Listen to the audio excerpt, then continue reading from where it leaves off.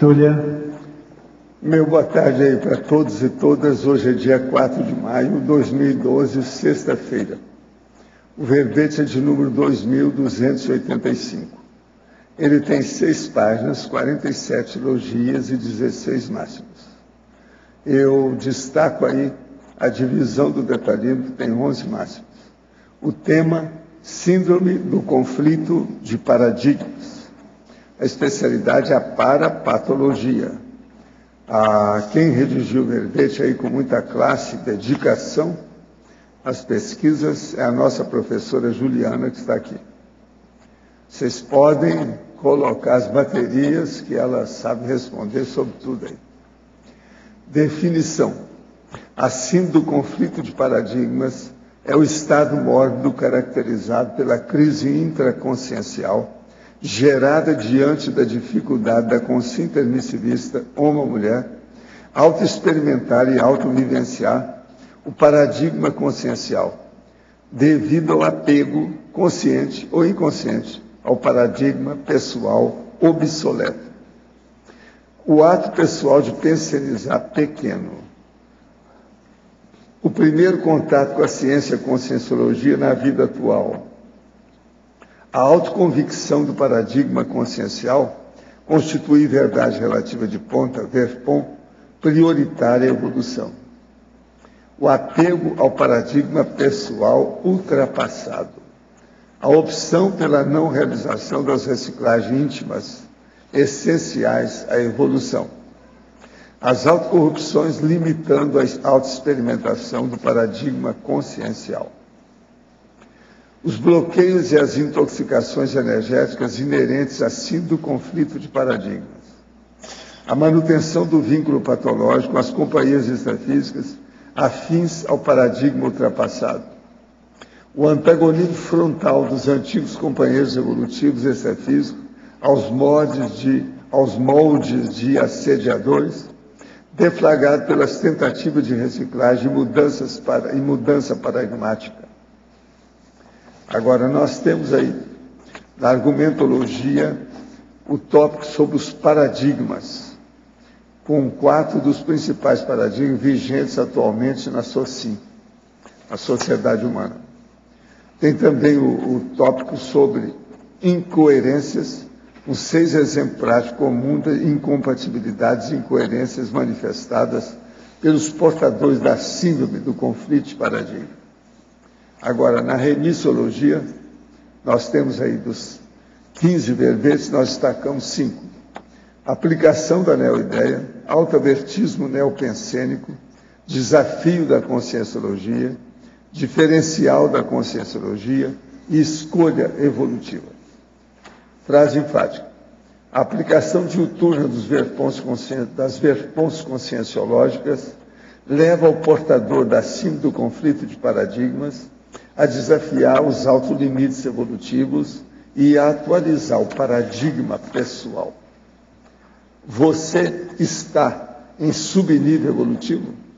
Já considerou a síndrome do conflito de paradigma ser a possível causa da estagnação consciencial?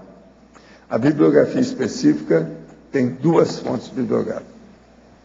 Agora, a mega análise aí com o João Paulo, nós temos 20 itens.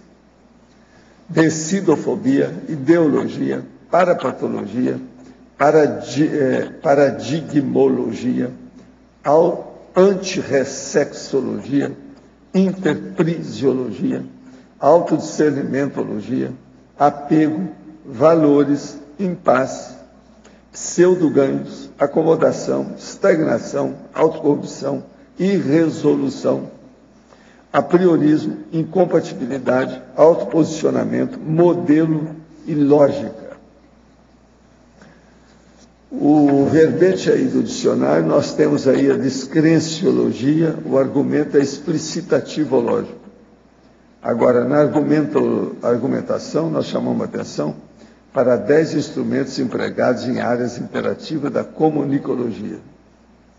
Para a pessoa pensar e ver o que a gente pode fazer quanto ao princípio da descrença. Agora, questionamento. Sempre quando meus pais vêm me visitar, proveniente de outra cidade, uma série de eventos ruins começam a acontecer uma semana antes e perduram depois de alguns dias. Entre eles, pode-se citar que o carro começa a dar problemas, quase tem pequenos acidentes de trânsito, animais morrem atropelados ao meu redor, meus parentes ou pacientes pioram, e o principal de tudo, minha mulher se torna uma pessoa completamente diferente do que é. Isso sempre ocorre, já estivemos a ponto de nos separar, várias vezes nessas ocasiões, pois está insuportável para mim. Então eu pergunto, o que fazer para evitar que isso ocorra? Que tipo de assédio pode estar ocorrendo? Eu acho que o ideal é você abrir o jogo, falar com todo mundo, para todo mundo se preservar e dar um jeito de se preparar para o que daí vier. Isso aí pode ter despacho em cima de vocês. Vê se tem alguém aí que mexeu com o processo de despacho. Pode ser que tenha. O jeito que está falando aí, né, é muita conjunção dos processos. É uma série de fatos simultâneos. Se de ver. Por quê?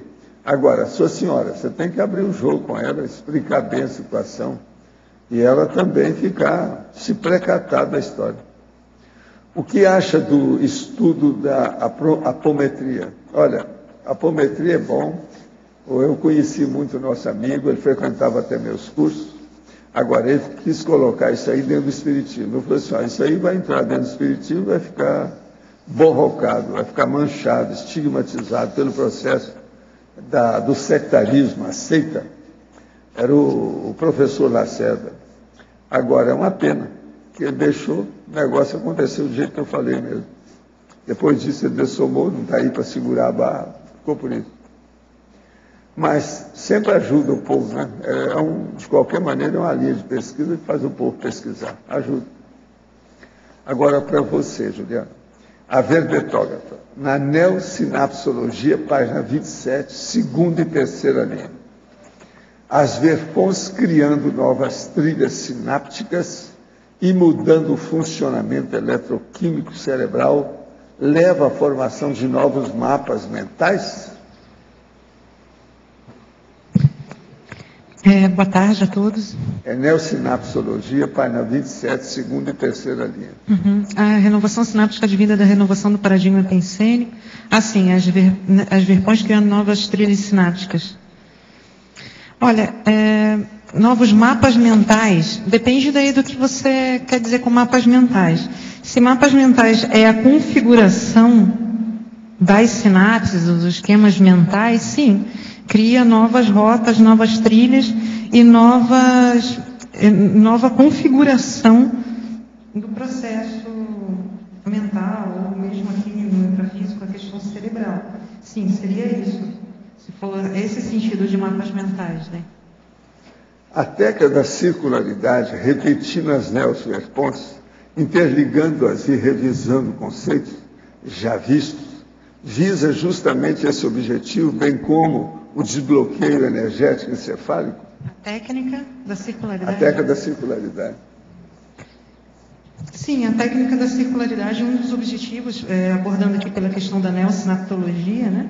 Eu entendo, apesar de não ser a propositora da técnica, né? O propositor é o professor Val, até ele pode talvez falar mais, mas eu entendo que uma das funções dela seria justamente isso.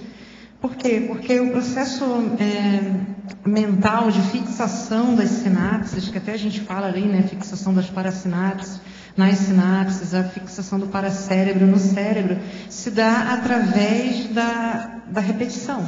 Então, tem a questão da abertura da nova sinapse, de você pensar diferente, que justamente é isso, você criar uma nova rota mental, uma nova trilha mental, uma nova sinapse. Mas para isso se consolidar e se tornar até um novo caminho, por onde os seus pensênios vão fluir mais facilmente, precisa da repetição. Então, realmente, nesse sentido, sim.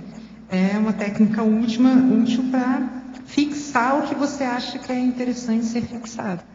É a questão, em última análise, da repetição, né? Na ciclologia, página 27, segunda linha. Poderia nos explicar melhor o ciclo vicioso dos déficits evolutivos? Então, o ciclo vicioso no sentido, né, negativo, né, já o nome é vicioso, tá certo?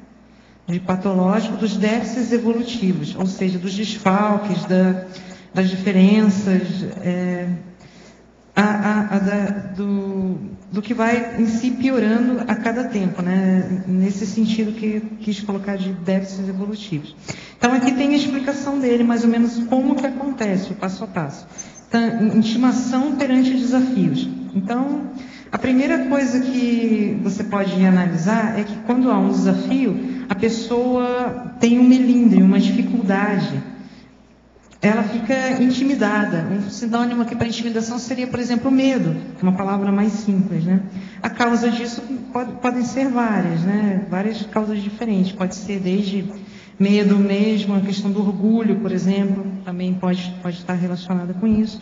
Com isso, vai acontecer o desperdício das oportunidades. Aqui a gente está pensando em oportunidades pró-evolutivas, oportunidades que vão ajudar a pessoa a evoluir, oportunidades positivas, né? Então, ela medra, daí ela desperdiça oportunidades. Com o passar do tempo, se esse mecanismo se consolida, né, esse ciclo, né, se consolida, ela vai ficando estagnada. Por quê? Porque sempre que tem uma oportunidade da pessoa mudar, evoluir, ter desafios, né, sair de onde está, ela fica estagnada, ela não aceita, né? Ela medra e ela fica, com isso vai ficando estagnada. Quando você fica estagnado, você começa a aumentar a defasagem. Então, se antes você lá no início já tinha medo dos desafios, conforme vai passando o tempo e você vai ficando estagnado, esses desafios vão ficando cada vez maiores. Porque você mesmo está num patamar pior. Tá certo? E com isso, então, é mais ou menos o que eu estava falando já, a amplificação das dificuldades, Então, por exemplo, assim, você para encarar um desafio há 5 anos atrás, era uma pessoa. Se você precisava, por exemplo, se a pessoa precisava ter feito isso, assim, encarado um desafio, feito alguma coisa, tinha alguma meta pró-evolutiva e medrou, não conseguiu. Se ela esperou 5 anos para fazer isso, 5 anos depois ela já não é mais a mesma pessoa. Se ela está estagnada nesse ponto, as dificuldades dela vão ser muito maiores. Não só pelo processo temporal, a fixação do travão, mas até porque se perderam oportunidades muitas vezes. Muitas vezes se perderam os companheiros evolutivos que naquela época poderiam ter ajudado a fazer parte desse trabalho, né, desse desafio. Então, às vezes a pessoa está até um pouco anacrônica já. Né? Então, quanto mais o processo fica também, fica mais difícil a pessoa mudar. Isso até é inerente à própria idade, né? A gente sabe que quanto mais fixadas as coisas, quanto mais antiga é a consciência, no sentido de quanto mais idade, a tendência é as coisas estarem mais sedimentadas e ficar mais difícil ela mudar. Então, por isso que os déficits vão aumentando progressivamente. E daí se volta aqui para o início do ciclo, né? Então, a amplificação das dificuldades leva a mais intimidação perante desafios. Cada vez ela vai ficar mais intimidada. Então, porque realmente até as dificuldades vão ser maiores. Juliana, na página 27, a fratologia, a terceira linha de baixo para cima, os negocinhos evolutivos. Os negocinhos evolutivos. Então, esse aqui vem... Nessa patologia, o que eu tentei fazer foi a fisiologia e a parafisiologia da síndrome. Então, é meio que um contínuo lá, desde o início até o fim. Pelo menos esse foi o meu objetivo, né? E o negocinhos evolutivos está no sentido aqui, junto com outras ideias, de que a pessoa tenta driblar as dificuldades dela. Então, aqui, as tentativas puras de driblar a situação através da manipulação. E os negocinhos evolutivos. Então, os negocinhos evolutivos estão justamente nessa ideia de usar da manipulação para conseguir um desconto, falando assim de uma forma simples, né? Conseguir não pagar o preço, dar um jeitinho, né? De tanto conciliar, né? Aqui fala dos paradigmas especificamente, mas não precisar fazer a reciclagem, ficar meio do jeito que está, fazendo só aquilo que lhe convém, é nesse sentido. E negocinhos evolutivos, na realidade, é um verbete específico, né, que fala justamente sobre essa questão da manipulação. Então, até eu coloquei aqui, não está na reniciologia, mas porque eu já tinha citado aqui. Não sei se foi correto. Agora deu para entender bem. Agora, efeitologia, a segunda linha, os efeitos desconhecidos dos valores pessoais subestimados. Então, dos problemas aqui da pessoa, porque aqui a gente está propondo o quê? Que o intermissivista vem para cá, né, no intrafísico, e ele tem lá o processo de reconhecimento da conscienciologia, vê que a conscienciologia é mais avançada, mas ele não consegue mudar. Ele não consegue fazer a virada. Ele não consegue mudar o paradigma, ou, falando assim de forma simples, o que seria paradigma? A visão dele da realidade. E um dos fatos que dificulta essa mudança de paradigmas está justamente num dos fatores que é um dos cernes da questão da personalidade da pessoa, que são os valores pessoais. O que são os valores pessoais? São, os valores, cada um pode ter os seus, né? Eu tenho os meus, você tem os seus, variam de pessoa para pessoa, mas justamente são os objetos, ou os conceitos, ou os princípios, as crenças, que eu considero, que cada um de nós considera importante, ou seja, um nome até bem apropriado, dá valor para isso. E, na realidade, os valores são bem importantes porque eles motivam, eles são a base da nossa motivação. Então, tudo que eu faço, desde comprar um chiclete na esquina, até mudar aqui para Foz do Iguaçu, fazer parte da conscienciologia, escrever um livro, tudo isso é baseado na motivação de um valor. É um valor que eu tenho por trás disso. E qual que é um problema que é comumente visto, assim, né, que eu observo até na questão, né, que eu tenho oportunidade na consciencioterapia, mas nos cursos em geral, que as pessoas, primeiro, não sabem da importância dos valores, e segundo, não sabem os seus valores pessoais. E muitas vezes ela está tentando fazer uma mudança, mas o negócio não vai. E apesar dela entender que a mudança seria melhor para ela, não funciona. E uma das causas disso é que ela precisaria reciclar os valores dela. Então, como ela está agindo sem saber dos valores, sem conhecer seus valores, sem delimitá-los, né? E sem reciclá-los, o negócio não vai para frente. Porque, no fundo, você vai querer ser fiel àqueles valores que você tem, que às vezes a maioria das pessoas nem conhece. Então, por isso que eu quis chamar a atenção através dessa frase, né? Os efeitos desconhecidos, porque você nem mesmo sabe, né? E não sabe a repercussão, a importância disso, né? Dos valores pessoais subestimados, que a maioria das pessoas, na minha visão, né? Grande parte das pessoas subestima a importância de conhecer e até reciclar os seus valores. Que os valores, eles têm tendência a permanecer os mesmos. É mais ou menos igual ao próprio paradigma. Então, se a pessoa não tem autopercepção, não faz uma autocrítica, a tendência é que eles permaneçam iguais e muitas vezes já são anacrônicos ou obsoletos em relação àquilo que você quer ser hoje em dia. Daí. Ok, obrigado. Há certo número de consciex que iniciam o curso intermissivo e não terminam. Já estão em condições de passar para um novo patamar, caso contrário não seriam convidadas a fazer o intermissivo. Mas o alta sede impede o término do curso. Poderiam ser consideradas incompletistas de curso intermissivo? Sem dúvida, né? Qual a relação entre a consciência incompletista do curso intermissivo e a consciência iridissidente da conscienciologia? E a relação consciex incompletista do curso intermissivo e consciex guia cego anticonscienciologia? Olha, a relação que tem, como sempre, é da afinidade. É o povo que tem empatia um com o outro, que tem os mesmos interesses e propósitos. É aí que tem. Isso existe. E a baratrosfera é um elemento denominador comum para todo mundo, para essa turma. Agora, a verbetógrafa, em Fatologia, página 27, sexta linha. Fatologia, 27, sexta linha. Poderia comentar sobre as incompatibilidades da conscienciologia? Então,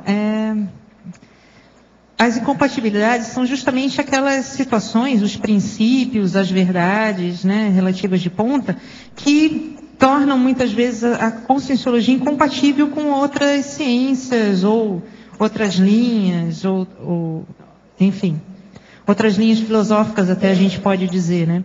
Por exemplo, um deles que está na base, né, até tem o verbete incompatibilidade da conscienciologia. Acho que era interessante ver, porque é baseado nisso aqui que eu estou citando, né? Mas tem outros verbetes também que falam, por exemplo, a questão da base da conscienciologia. Tem um verbete, base da conscienciologia, se não me engano. E uma das bases é a questão do princípio da descrença. Então, se você for considerar o princípio da descrença, ele já cria uma série de incompatibilidades. Com várias ciências, as religiões em geral são totalmente incompatíveis com isso. E por que eu quis chamar a atenção disso?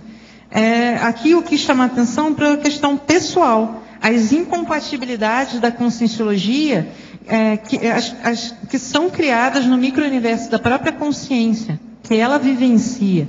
Então, porque é justamente a questão do conflito dos paradigmas. A pessoa não quer abrir mão da sua visão, né, de mundo, do paradigma anterior, e com isso fica incompatível conciliar várias ideias da conscienciologia. Por exemplo, a própria questão do princípio da descrença, a multidimensionalidade, né? Por exemplo, se a pessoa centrada, a forma dela de ver o mundo é intrafísica ou intrafisicalizada, ela vai ter dificuldade de vivenciar a questão da multidimensionalidade, mesmo que ela ache que é possível. Então, precisaria fazer essa reciclagem pensênica, né? Acho que seria nesse sentido. Agora, na numerologia, página 28, segunda linha. O paradigma gerenciando as percepções. Poderia aprofundar? Então, aqui na numerologia, eu quis justamente ampliar, assim, né? Meu objetivo era mostrar a importância do paradigma. Paradigma aqui, né, a acepção que a gente está usando é no sentido que eu já comentei, de visão da realidade, de modelo do pensamento, modelo pensênico. E tudo que a gente faz, isso até nem é uma ideia nova, assim, né, na própria ciência convencional tem isso. Já fala sobre isso, né, essa ideia dos paradigmas. De que cada um de nós tem um paradigma pessoal, não são só esses grandes paradigmas que até eu cito aqui no artigo. Cada um de nós tem um paradigma pessoal, que é composto do que você pensa, dos seus valores, da matriz do seu pensamento. E ele gerencia tudo que você percebe, penseniza, as suas ações também, basicamente as percepções e as ações. E então eu quis colocar aqui na numerologia justamente a importância e a amplitude de você saber tomar consciência do seu paradigma, né? Qual é o seu paradigma atualmente, em que você está se manifestando, porque ele influencia em tudo. Ele define, então está aqui, ele define a sua visão de mundo, essa é até uma definição, né, de paradigma. Ele seleciona os dados significativos da realidade. Por exemplo, na ciência convencional tem experiência já mostrando que aquilo que não faz parte do seu paradigma, você tem muita dificuldade de enxergar. Então tem até uma experiência até antiga, né, do Thomas Kuhn, ainda lá no primeiro livro dele, As Estruturas das Revoluções Científicas, que é aquela pesquisa dos baralhos, né? Então, o que ele fez? Só para citar, assim, da questão da percepção da realidade. Ele pegou pessoas que conheciam cartas de baralho e fez pequenas alterações nas cartas. E as pessoas que conheciam muito bem as cartas de baralho, ou seja, já tinha esse paradigma, entre aspas, né, dentro da cabeça do que é correto, que isso é outra coisa que o paradigma fala para você, o que é correto, como é para ser feito. Apesar de terem várias diferenças notáveis, as pessoas não enxergam.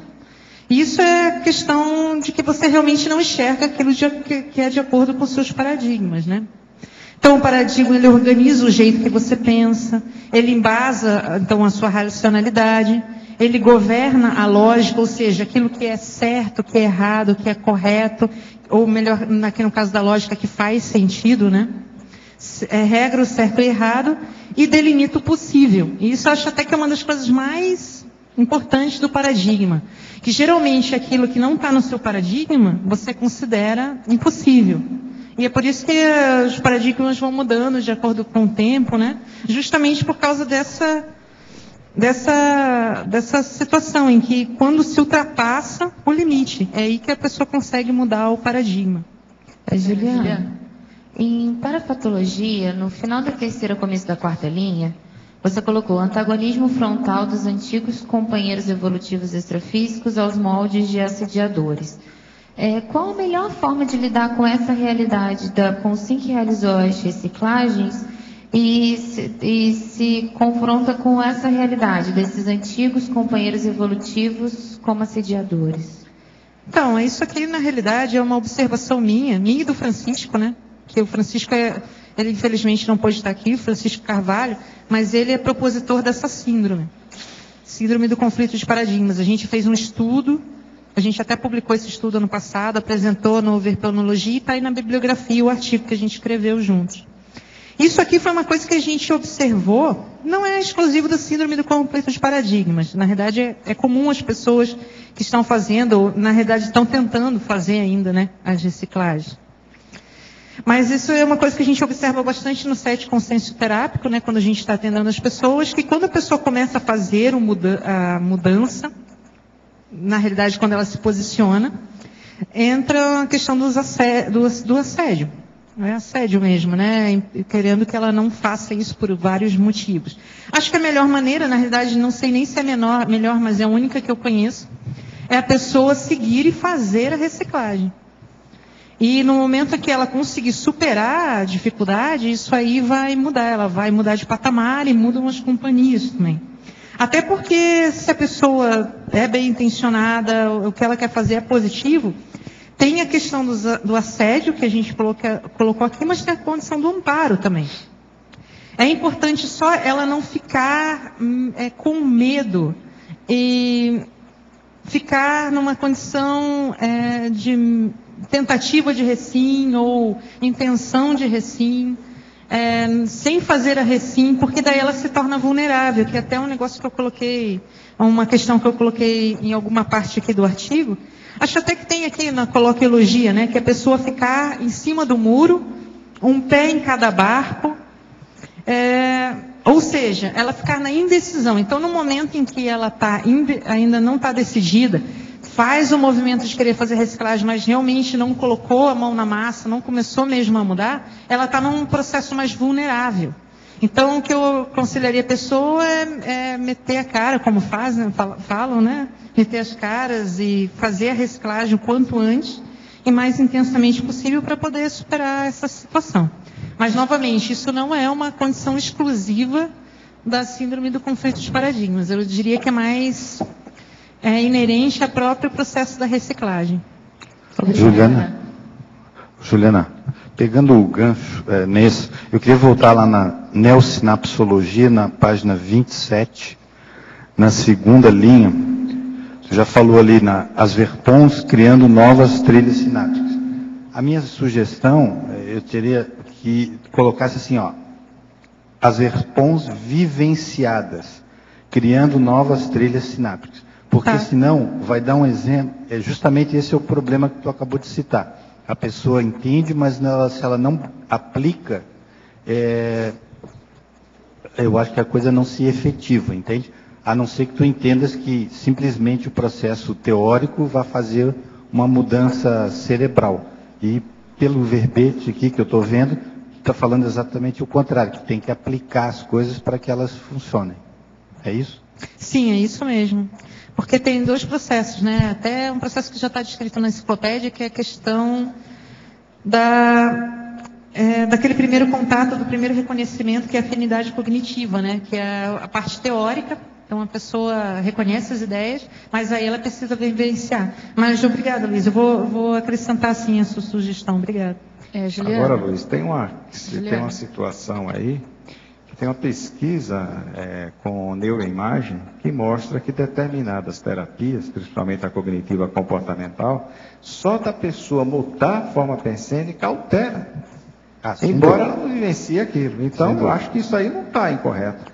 Eu acho que a vivência ela vai fortalecer, mas que muda alguma coisa, muda. Senão não tinha mudado um exame com neuroimagem só pela vislumbrar uma possibilidade diferente de se pensar. Não, perfeito, eu sei disso. Inclusive, por exemplo, o trauma também modifica, né, o trauma, a vivência de um trauma, por exemplo, modifica a estrutura cerebral. Né? E a interpretação daquele trauma depois em terapia pode melhorar. Também já teve pesquisa mostrando que existe esse tipo de alteração. Pois é. A única coisa, não é que eu discorde disso aqui integralmente, entendeu? Eu só queria colocar, porque assim, nós somos aqui dentro da Conscienciologia muita gente assim com uma intelectualidade razoável e a gente, eu acho que tem uma tendência a teorizar muito, né? Então eu queria tirar a parte teórica e botar mais na parte prática, por isso que eu estou chamando a atenção. Mas essa é extremamente prática, é extremamente materialista, né? Porque ela foi materializada em exame. Exatamente. Certo? Então um processo pensênico, uma reformulação pensênica, ela mudou. Certo? A estrutura cerebral, onde você teve ativações maiores de outras partes neuronais. Deixa eu entrar um pouquinho nessa discussão aí. O que eu penso? Quando a Juliana ela coloca aqui, olha, criando novas trilhas sinápticas, isso já mostra que existe um caminho a ser traçado que esteja mais firme, mais sustentado. Porque, de fato, eu concordo com você, cada vivência que a gente tenha, imediatamente a neuroimagem já modifica. E já modifica quimicamente aquele estado agudo. Mas, pelo que eu entendi que ela colocou aqui no verbete, seriam novas trilhas, eu entendo, caminhos a ser feitos que já vão deixando marcas. Não tem só areia no caminho. Certo? O mato já está baixo, mas pelo menos já é visto isso. Então eu acho que não está totalmente errado. Agora, claro que vincar, certo, a sinapse, eu acho que é com experiência mesmo. Pois é. E é então, onde vem a autossuperação. Eu entendo quando ela coloca assim, aí a verbetógrafa é que tem que saber, né? Mas quando ela quer dizer o processo da trilha, é que já existe um caminho ali que já está sendo mais seguido. Mesmo que seja só de areia, de pó, enfim, já, alguma coisa já está mais certa. A altura que tem a sinapse já firme para poder... Eu pensava a importância da hermeneuticologia, ou seja, a possibilidade de captar a ideia... A minha sugestão não é porque está errado, entende, Juliano? Não é estar errado. Eu queria só ou reescrever isso aí de uma forma que, vamos dizer, apenas a teoria já produz alguma mudança, mas com a vivência a coisa acontece com muito mais precisão, entendeu? É isso que é a minha sugestão. Porque o pensene ele pode ser tanto teórico quanto baseado em vivência prática. Se o pensene ele for focado em alguma vivência, alguma experiência, ele não é o teórico. Agora ele pode ser só teórico, especulativo, depende do pensene. Se está focado no pensene. É que na conscienciologia, para a gente entender algumas coisas, tem que vivenciar. Então, por exemplo, você pode entender o que é TENEPS, mas enquanto você não fizer estado TENEPS... vibracional. A pessoa mexe com energia há milênios. Mas o que eu digo, se ela está pensando na TENEPS, baseado na própria experiência, aí não é teórico. Agora, se ela pensa só fora da própria experiência, é teórico. Ela é teórica. Então, agora fala, Juliana. Juliana, dentro do antagonismo, análise profunda, análise superficial, onde que entra a pessoa taquipsíquica nessa análise superficial? Ela não pode ser considerada uma pessoa superficial e ela nem tem ideia do que é taquipsiquismo? Não entendi a sua pergunta. Só repete para mim de novo a última parte. Antagonismo, análise profunda, análise superficial. Uma pessoa que é taquipsíquica e está sendo considerada superficial, como que ela vai diferenciar isso? E se ela é superficial, como que ela muda isso para ter uma análise profunda? Mas por que ela estaria sendo considerada superficial? Porque ela é rápida para fazer as análises? Mas considerada por ela mesma, é o jeito que ela funciona? Por outras essa não pessoas. É até onde eu entendo, também a gente pode debater, né? Não é a ideia do taquipsiquismo, né? O nível rápido da captação da ideia a pessoa que faz uma análise rápida, ela é rápida. Mas ela ser rápida é diferente de ser ser superficial.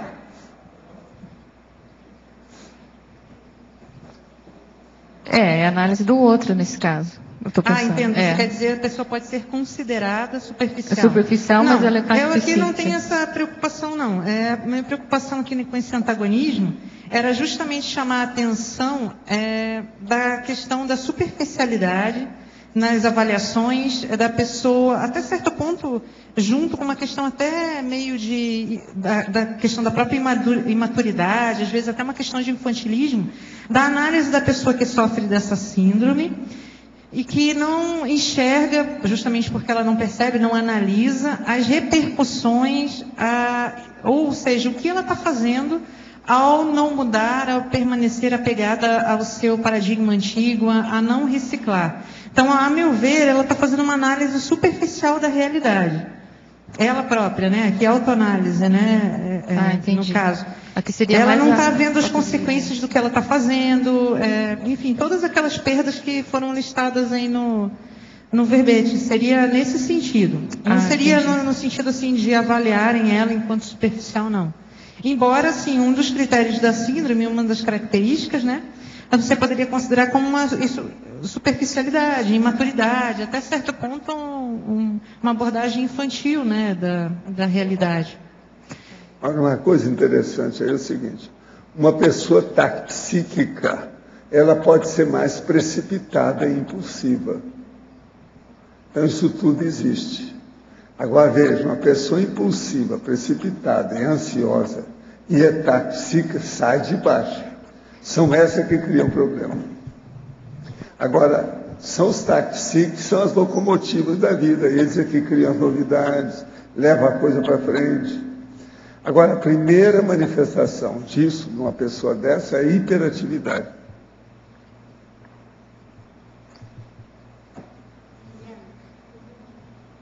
Em tecnologia, a segunda linha, as técnicas autoconsciencioterápicas utilizadas para diagnóstico e tratamento da síndrome do conflito de paradigma. Poderia ampliar? Diagnóstico e tratamento, né? Então, bom, são as técnicas que a pessoa mesmo pode aplicar por si, né? Daí o nome de autoconsciencioterápicas. Para diagnóstico, o que eu penso que a gente estudou que seria mais interessante nessa síndrome? A questão da investigação, ou o nome da técnica vai com outra fase da consciencioterapia, que é o autoenfrentamento através do mal-estar. Mas as técnicas autoconsciencioterápicas, elas podem ser usadas, na realidade, em todas as fases da autoconsciencioterapia, a maioria delas, né? Então, são 4 fases: investigação, diagnóstico, autoenfrentamento e superação. Então, no diagnóstico, a técnica da análise da questão do mal-estar ajuda muito a pessoa começar a pesquisar, fazer o diagnóstico da síndrome, porque justamente a pessoa sempre vai ter um mal-estar, né?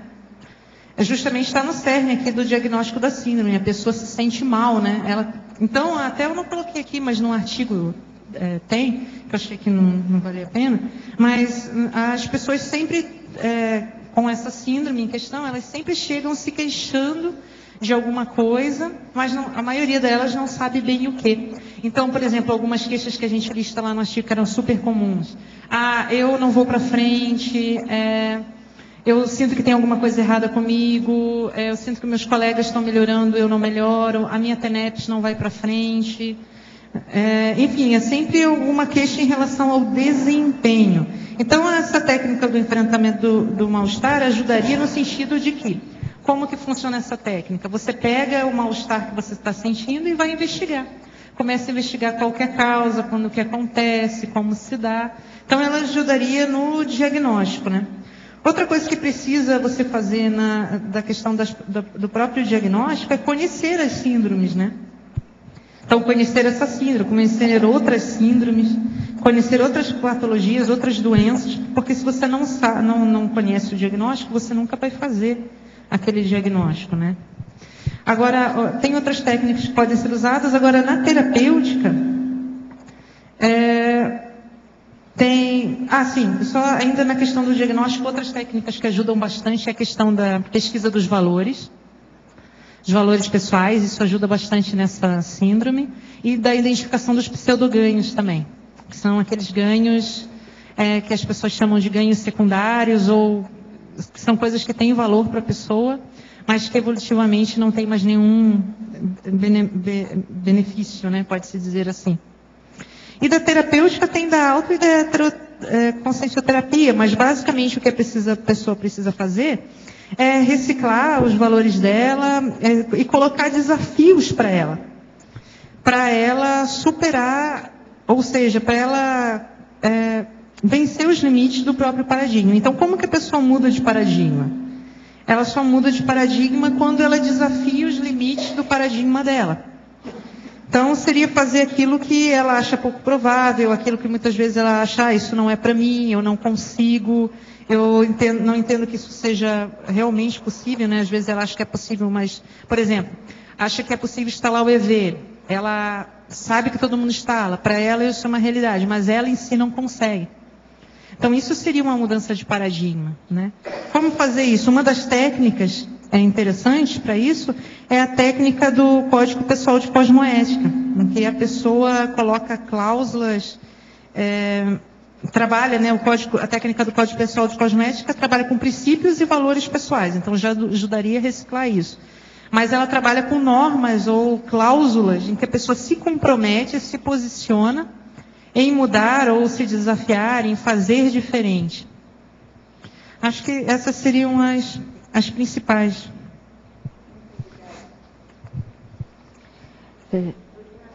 Emanuel, na efeitologia, na penúltima linha.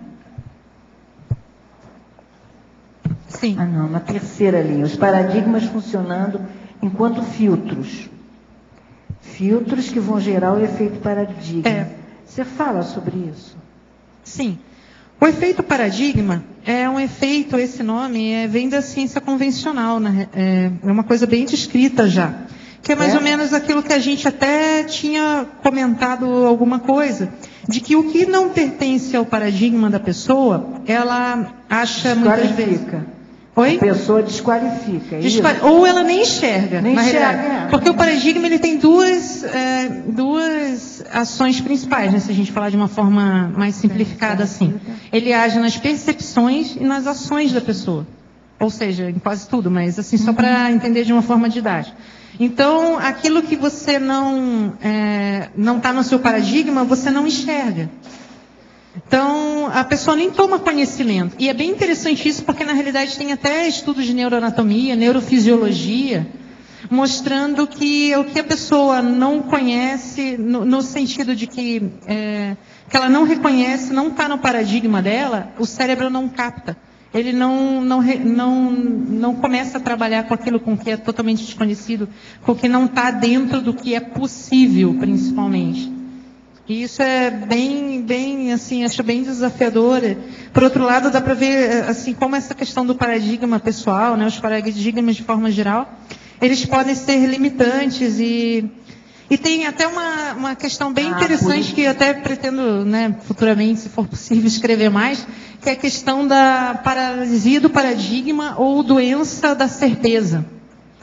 Que é justamente isso, a pessoa ela não enxerga, não vê, mas principalmente ela acha que aquilo que faz parte do paradigma dela é o correto. E com isso ela se torna uma paralisada, é uma paralisia do jeito de ver a realidade. E com o tempo, outro nome para isso é a doença das certezas. Ou seja, a pessoa só tem certeza, ela não tem dúvidas. Então ela não tem abertismo, ela não tem o processo da neofilia, e por isso ela fica estagnada. E se você for observar, eu gosto muito de observar as pessoas, assim, o jeito que elas pensam, que elas se portam, isso não é difícil de enxergar. Essa dificuldade das pessoas de renovar o paradigma. Mas o efeito paradigma é basicamente isso, que você não enxerga aquilo que... É muito difícil, na realidade, enxergar aquilo que não faz parte do seu paradigma. E geralmente isso acontece porque o próprio cérebro mesmo, ele deleta. Ou ele complementa, entendeu? Você enxerga um negócio que não é bem aquilo que você pensa, por similaridades ele tem um conceito de alguma coisa aproximada e coloca no lugar aquilo. É mais ou menos igual o processo da memória, né? também acontece. Não sei se não, beleza, muito obrigada e parabéns pelo verbete. Obrigada. Juliana, aqui em cima. Sim. Na página 27, na parapatologia, 6ª linha, a nova sugestão às antigas cargas extrafísicas. Você pode falar um pouco mais dessa nova autossugestão? Então, porque aqui a gente está falando de uma doença, né, uma síndrome, na realidade, né, que pode ter várias causas, que é dos intermissivistas. Eu propus aqui, até eu frisei bastante isso em algumas partes do verbete. Nada me impede que a pessoa, por exemplo, possa não ser intermissivista e ter. Assim, na minha casuística, a gente não conseguiu achar não ser intermissivista e ter a síndrome, mas poderia acontecer. Mas por que eu estou falando da questão do curso intermissivo? Porque com o curso intermissivo é feita uma renovação, uma proposta de renovação, de programação existencial.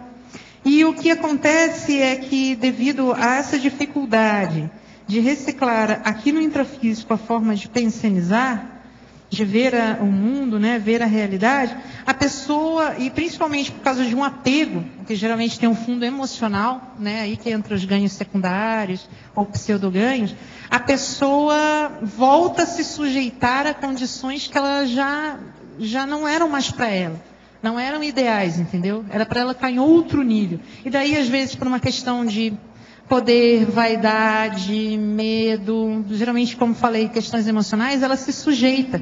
E aqui na parapatologia eu quis chamar a atenção disso. Ela vai se sujeitar àquelas cangas extrafísicas, ou seja, a questão do assédio, mas principalmente assim, a ser subjugada, a fazer parte de um negócio que ela própria já achava defasado, inapropriado, e mais uma vez, muitas vezes, né, às vezes ela já vem assim, funcionando de acordo com esse paradigma obsoleto, que pode ser qualquer um deles, né, há muito tempo, mas agora que ela tinha chance de mudar, às vezes uma chance única, né, no processo evolutivo, ela vai baixar a cabeça novamente e fazer parte de um contexto que ela já reconhecia no extrafísico que não era ideal.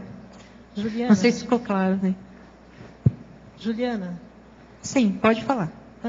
Na página 26, patologia, penúltima linha. Você fala aqui da afinidade cognitiva com a conscienciologia. Então, nesse contexto da síndrome do conflito de paradigmas, a gente pode entender que existem diferentes percentuais também de afinidade cognitiva com a conscienciologia? Sim, eu quis colocar aqui justamente porque seria, conforme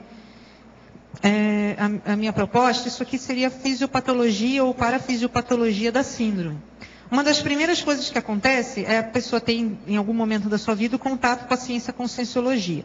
E ela, naquele momento, acontece o processo da afinidade cognitiva, justamente por causa do curso intermissivo pretérito. O que é afinidade cognitiva? A pessoa reconhece as ideias, acha que aquilo é mais avançado, ou seja, ela tem uma afinidade quanto à questão do conhecimento, quanto à questão de qualquer coisa, mas no caso aqui da própria conscienciologia, né?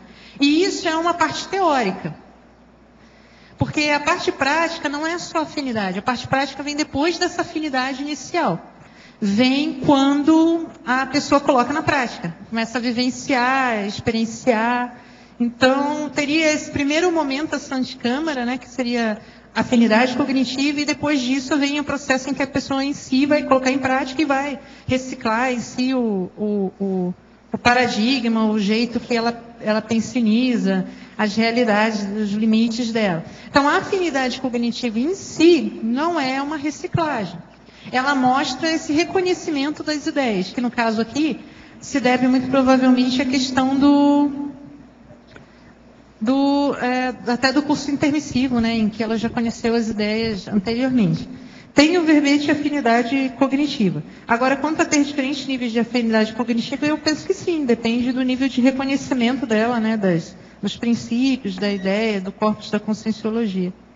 Juliana, aqui no ar, eu queria que vocês pudessem fazer uma ligação aqui no Paradoxologia, o primeiro paradoxo, com um assunto que você abordou agora há pouco, falando a respeito das companhias que nós temos e que passam de amigos para assediadores. Lembra agora há pouco que você falou isso?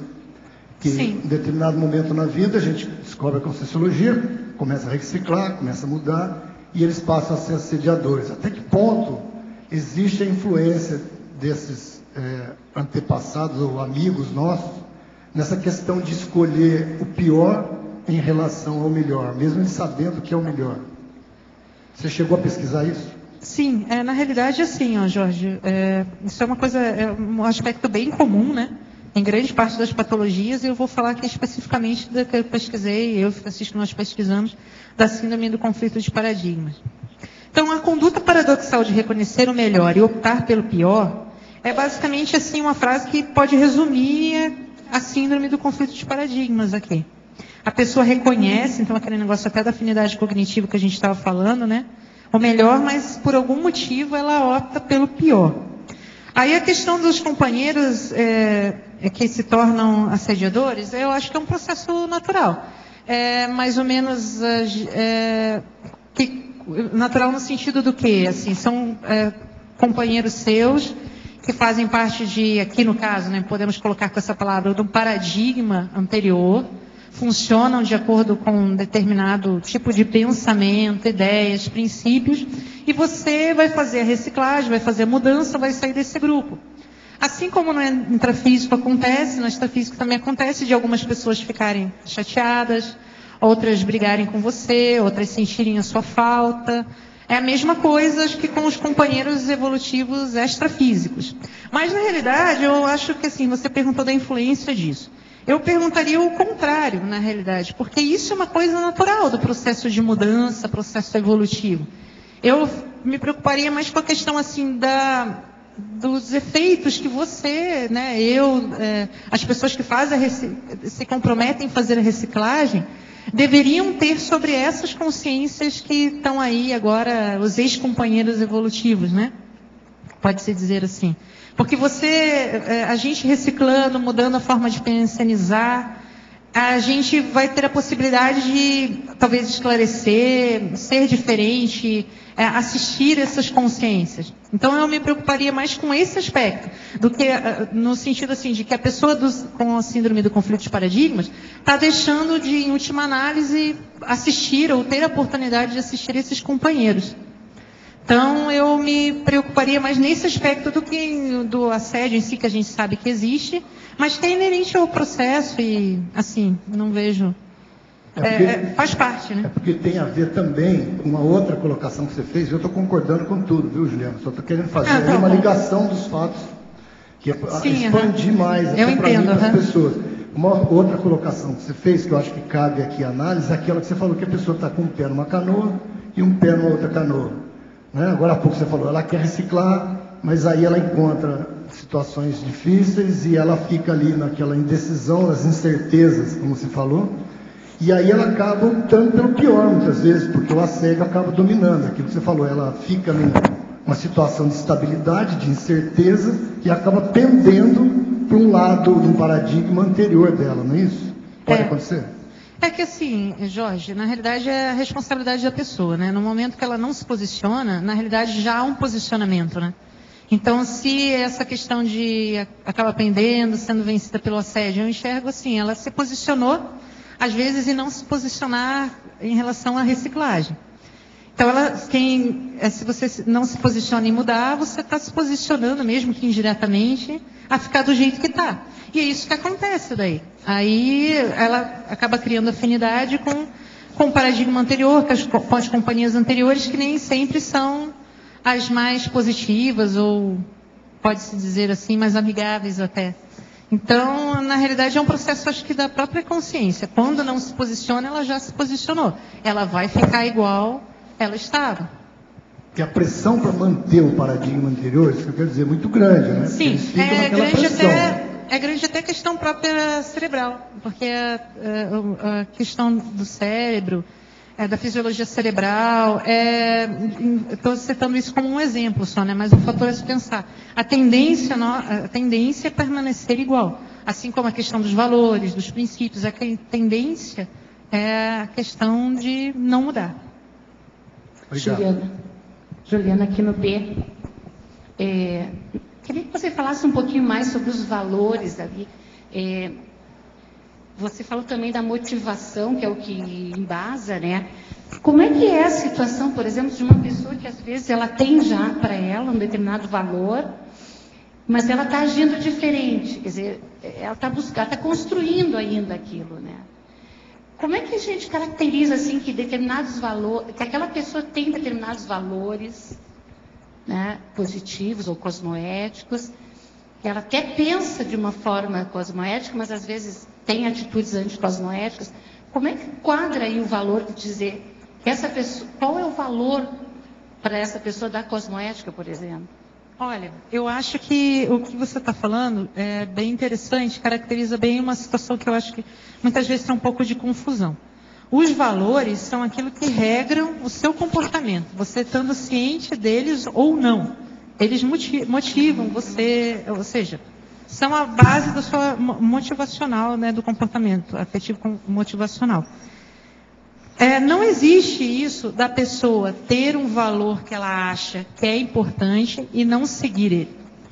O que existe na realidade é o seguinte: ela tem os valores dela, que a gente pode chamar aqui de valores reais, que são que regram a vida dela, e ela tem os valores ideais ou almejados, ou aquilo que ela sabe que é mais avançado, melhor, mais importante, que ela gostaria de ter como valor, mas ainda não tem. Então, ela até pode estar no processo de reciclagem do valor, está construindo isso, mudando através das atitudes, né, que é só através do comportamento das atitudes, das ações, na realidade, né, que se muda a questão dos valores, do paradigma, seja lá do que for, mas não são, daí são valores idealizados. Por exemplo, assim, eu tenho como valor para mim a assistência. Mas para isso, como que eu faço para saber se isso realmente é um valor na prática? Não é só porque eu acho assistência importante. Eu tenho que achar no meu comportamento, por exemplo, no último mês, nas minhas ações, situações em que eu privilegiei a assistência. Em que a assistência foi o motivo para eu escolher alguma coisa. Então, assim, se eu considero que para mim valor assistência é um valor, mas eu não fui assistencial no último mês em nenhuma situação, vamos colocar assim, uma situação bem radical e hipotética, só para exemplificar, né? Isso não é um valor real. É um valor talvez idealizado, um valor que eu quero ter, que eu acho importante, que eu talvez já devesse ter. Mas não é um valor real. E aí que vem até a questão da questão dos valores do curso intermissivo, que até proposto ali, né, no artigo coloca de quando você fizer a reciclagem dos valores, fazer uma reflexão e observar, resgatar esses valores. Eles só vão ser valores reais quando a gente colocar em prática aqui nessa vida. E isso que vai fazer a diferença. Só achar que é importante não é a mesma coisa que valor. Por isso que tem alguns testes para detectar os valores, que são assim, você pega lá uma lista, tem alguns testes para você identificar seus valores na internet, tem lá 400 itens. Você tem lá honestidade, sabedoria, chega uma hora que você já nem sabe mais a diferença quase de um para o outro.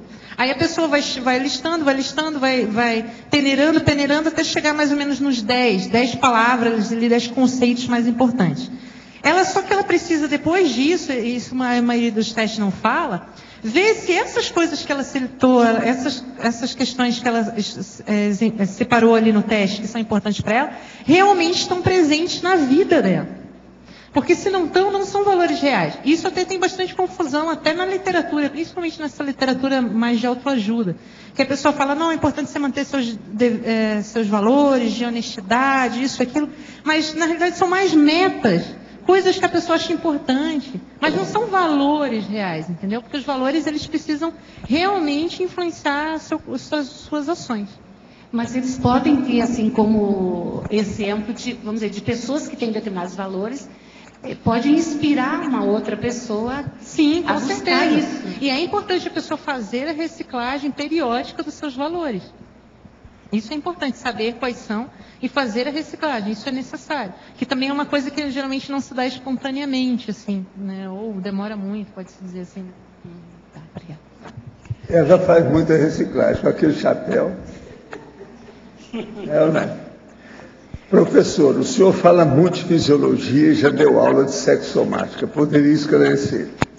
O homem que depila ou raspa os pelos das axilas, peito e virilha, é negativo ou positivo? Olha, isso aí cada pessoa faz o que bem entende com o corpo. Agora, em tese, qualquer coisa que você vai contra aquilo que é o corpo e que funciona, que é esses pelos existem para a defesa do corpo. Tudo que você vai contra é negativo. Isso em tese. Então, por exemplo, raspar a barba é negativo até um certo ponto devido ao processo do laringo chakra e do contato. Isso aqui é o problema de manter a energia da pessoa. De modo que, mas cada um faz o que bem entende com o corpo. O cara casou com a dona. Agora a dona achou que ele estava muito peludo, tipo urso ou macacão, gorila. Então o que fez? Ele chegou para mim e falou assim, eu estou com um problema, porque ela não percebeu que eu era um cara cabeludo quando casou comigo. Agora ela tem que reclamar disso. Então eu virei para ele e falei assim, é muito fácil. Compra os aparelhos todos, dá para ela, ela vai depilar você. Que assim ela vê o que é que ela faz com o objeto que ela tem, que é o homem. No caso, sabe, é o chamado, né, objeto sexual. O homem, no caso aí. No caso dela era isso. Agora aqui tem a outra. O que o senhor diria para alguém que quer usar os mecanismos para aumentar o aumento peniano? Quando existe uma certa insegurança com o tamanho do membro? Olha, isso aí depende da pessoa também, cada um faz o que bem entende. Agora, eu só quero lembrar o seguinte, existe um erro básico nessa história. Há muito problema de conversa no estudo. Um pênis com 5 centímetros, quando ereto, já funciona. Não precisa de mais do que isso. Pelos processos da vagina e outras coisas mais dentro da sexologia. De modo que a gente não precisa de ter o cara com 45 metros, isso é besteira. Professor, por que algumas consciex não conseguem terminar o curso intermissivo? Simplesmente porque se desinteressaram? Não. Às vezes é porque elas estão tão enroladas com aquilo e de situações que elas acham. Às vezes o amparador que foi lá ajudar não acha que ela precisa daquilo, mas ela acha. Então ela está muito envolvida. E aquele processo, então, ela não consegue sair da interpretação grupo kármico. Agora aqui, no verbete do dicionário Descrenciologia, página 9, premissas, a falta de autoanálise cosmoética na maioria das consciências que vivem na Robex, nessa vida intrafísica, ocorre principalmente devido à religiosidade antievolutiva maléfica? Olha, uma boa parte, não há dúvida que é. Uma das piores coisas que tem na Terra atualmente é o fanatismo religioso. E outra coisa, a maioria das guerras começaram por algum processo de religião. A maioria. Não adianta vir que não tem, é só estudar a história que qualquer pessoa vai ver isso. Então, muita gente está na robotização existencial, é devido à sublavagem, ou lavagem subcerebral. Isso é um fato. De origem dogmática religiosa. Eu sou uma pessoa que tem muitas ideias e me motivo com elas, mas ao começar a fazer algo, vem o desânimo e a descrença daquela ideia, ou seja, muitos dos meus projetos ficam inacabados. O que seria isso? Esse é um paradigma em minha vida? Você quer falar? É paradigma. Eu sou uma pessoa que tem muitas ideias e me motivo com elas, mas ao começar a fazer algo, vem o desânimo e a descrença daquela ideia, ou seja, muitos dos meus projetos ficam inacabados. O que seria isso? Esse é um paradigma em minha vida? Isso é uma patologia danada de desorganização, desorientação. Faz parte do paradigma ou do jeito que você vê a realidade. Provavelmente você deve ter, né, como hipótese para a sua pesquisa, alguma desorganização, conforme o professor Valdo falou, mas alguma crença, alguma convicção pessoal que sabota você, no momento de levar à frente, né, da questão do continuismo.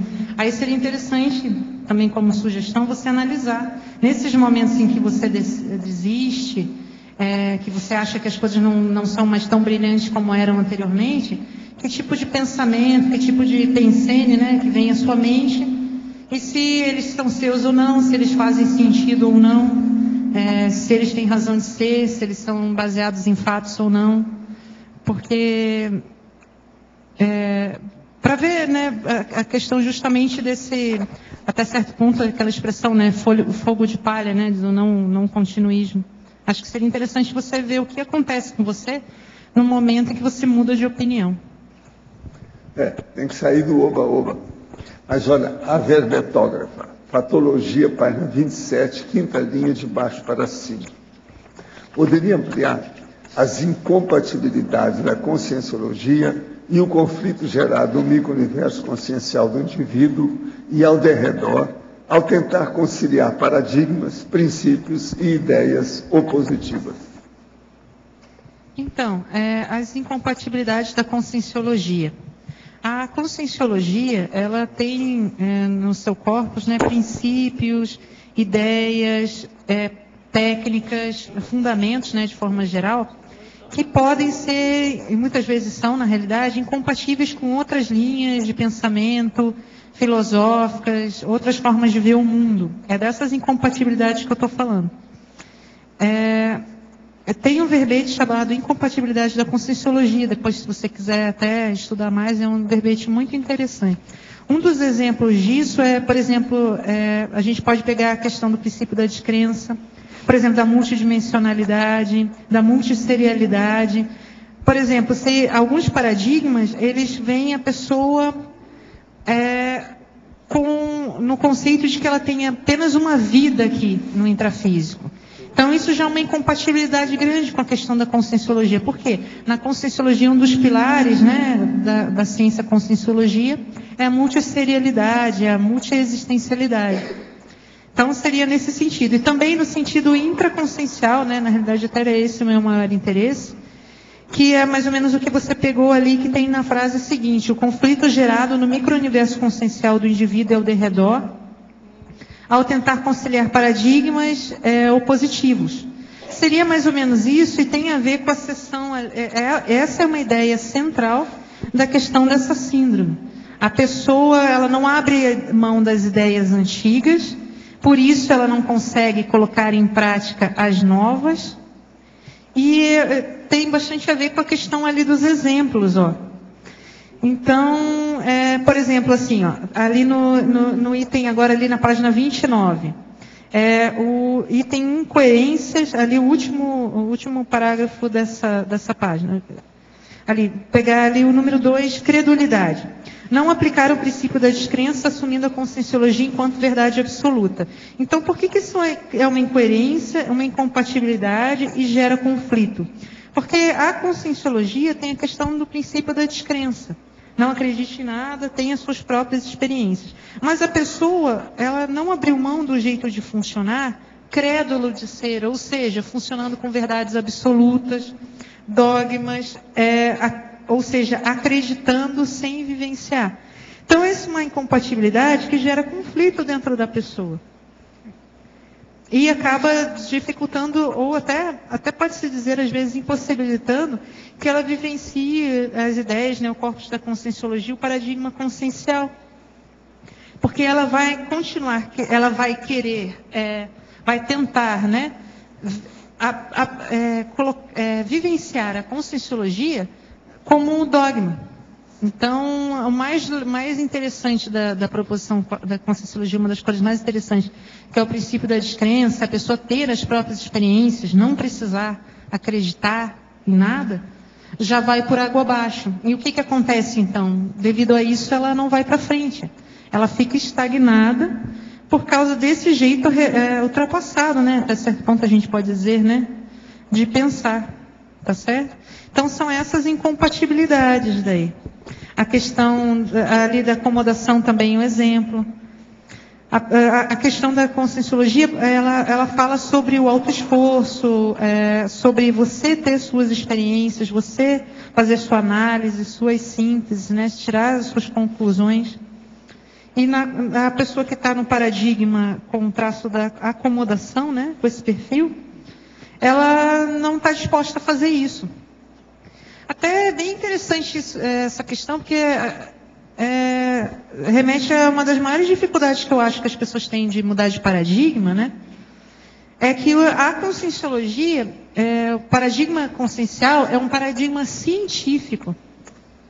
Então, isso prevê várias coisas, vários princípios, né, situações inerentes à ciência, né, à cientificidade. E, de forma geral, todos os paradigmas que não são científicos têm dificuldade, então tem bastante incompatibilidade. E essas pessoas que não têm a cientificidade em si, esse traço desenvolvido, tem, na minha observação, né, minha e do Francisco dessa pesquisa aqui, tem mais dificuldade e são o maior número de pessoas na casuística, né, da síndrome do conflito de paradigma. Juliana, a Rosa aqui, eu fiquei com uma dúvida quando foi falado na questão da recepção de imagens distorcidas.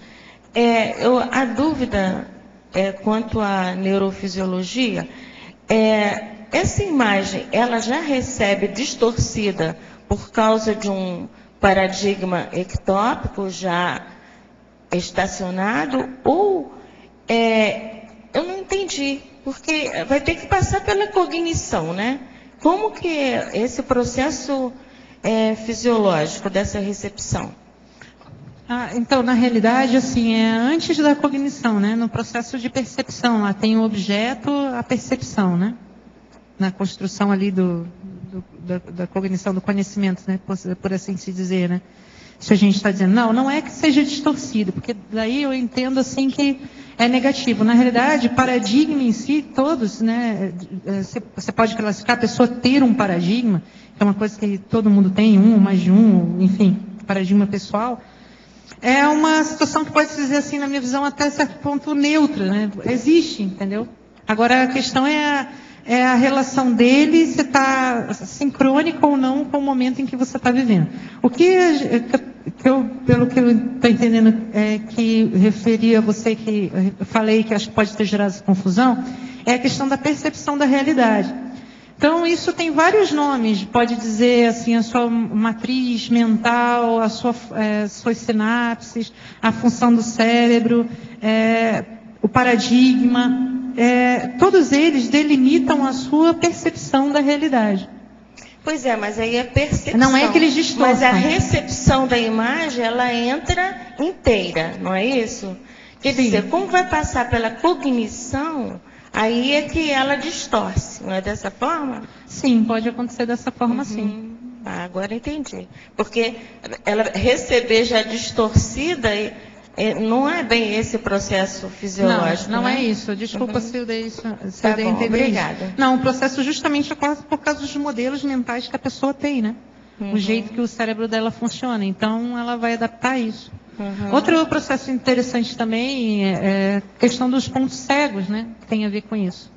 É a dificuldade que a pessoa tem de enxergar pontos cegos, são pontos cegos mesmo, conforme o nome mesmo diz, né? Pontos cegos cognitivos, justamente por causa dessas dificuldades de enxergar, interpretar a realidade. Isso tem a ver com os paradigmas, né? Juliana, aqui no ar, Jorge. Obrigada, Juliana. Aqui na parafatologia, é um dos últimos aqui, a paragenética patológica preponderando sobre a renovação pós-curso intermissivo. Pode expandir um pouco isso? Então, conforme a proposta aqui, essa é principalmente, né, não sei se exclusivamente, mas principalmente uma patologia, uma doença, uma síndrome, né, que acomete os intermissivistas. E o que eu quis chamar a atenção com isso? Que isso aqui, na realidade, eu acho que é uma das maiores lástimas, assim, uma das maiores perdas que a consciência tem ao ser portadora dessa síndrome. Que a pessoa teve a oportunidade de fazer um curso intermissivo, um grande aporte de ideias mais avançadas, dizendo assim de uma forma simples, né, falando de uma forma mais resumida, e na hora que ela vem para cá, ela não consegue colocar em prática, e a paragenética, e a questão a paragenética patológica dela, né, prepondera sobre o curso intermissivo. Por que eu coloquei paragenética? Não só mesologia, porque na maioria das vezes a pessoa está revivendo situações, né, ou revivendo situações, revivendo contextos, fazendo mimeses, ao mesmo tempo está mantendo aquele paradigma, aquele jeito de ver a realidade, aquele padrão pensênico, né, modelo pensênico de outras vidas.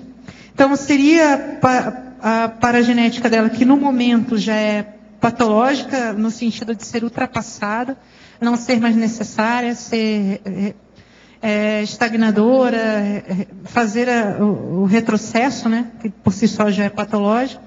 E ele prepondera sobre a renovação que ocorreu no curso intermissivo e que poderia vigorar.